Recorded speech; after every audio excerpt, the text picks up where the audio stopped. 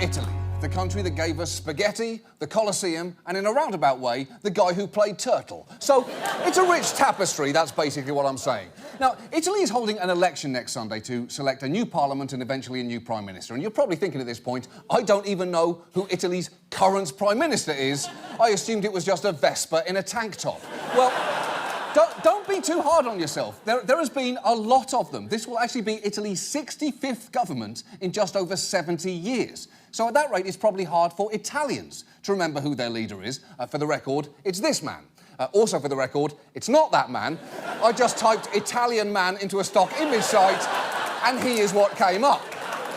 But this election is coming at a pivotal time for Italy, and the run-up to it has been toxic.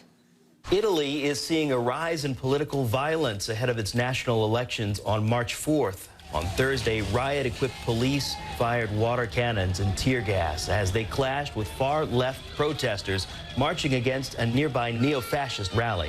Over the past month, there have been a series of political-motivated stabbings and beatings in some Italian cities.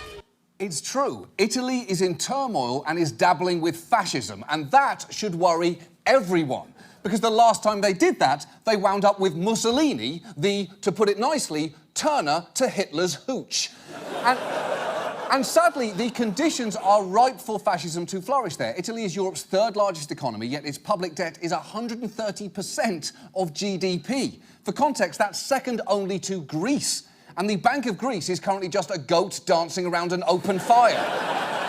Meanwhile, unemployment is high and politicians have been stoking anti-immigrant sentiments as more than 600,000 migrants have landed on Italian shores in the last 4 years. And on top of all of this, Italy is facing the same problem that has plagued American elections. Patrizio Nisirio is a senior editor at ANSA, Italy's leading news agency. He says fake news is exploding across Europe. It's such a danger that, figures like Pope Francis warned the press not to spread, what he actually made a very strong parallel between feces and this kind of news. That's true. The Pope reportedly said fake news is like getting sexually aroused by feces. It truly is a magical time to be alive. So it seems, yet again, a large European country is teetering on the edge of chaos. And because of that, it is worth looking at the Italian election because everything about it is fascinating. And let's begin with the key figures. First, former Prime Minister Matteo Renzi. He is a centrist and he had to resign dramatically after making a bold attempt to reform Italy's political system, a referendum that did not go well for him. E lo dico a voce alta. I lost, and I say it loud and clear, even if I have a lump in my throat. I wasn't able to win.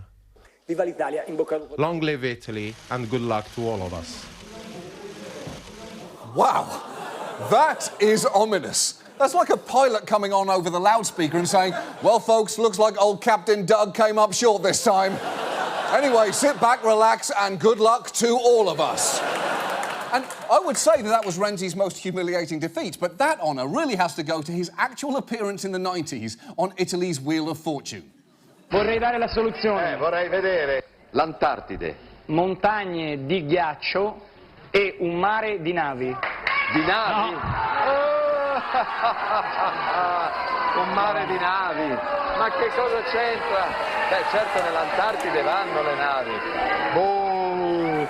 Boom!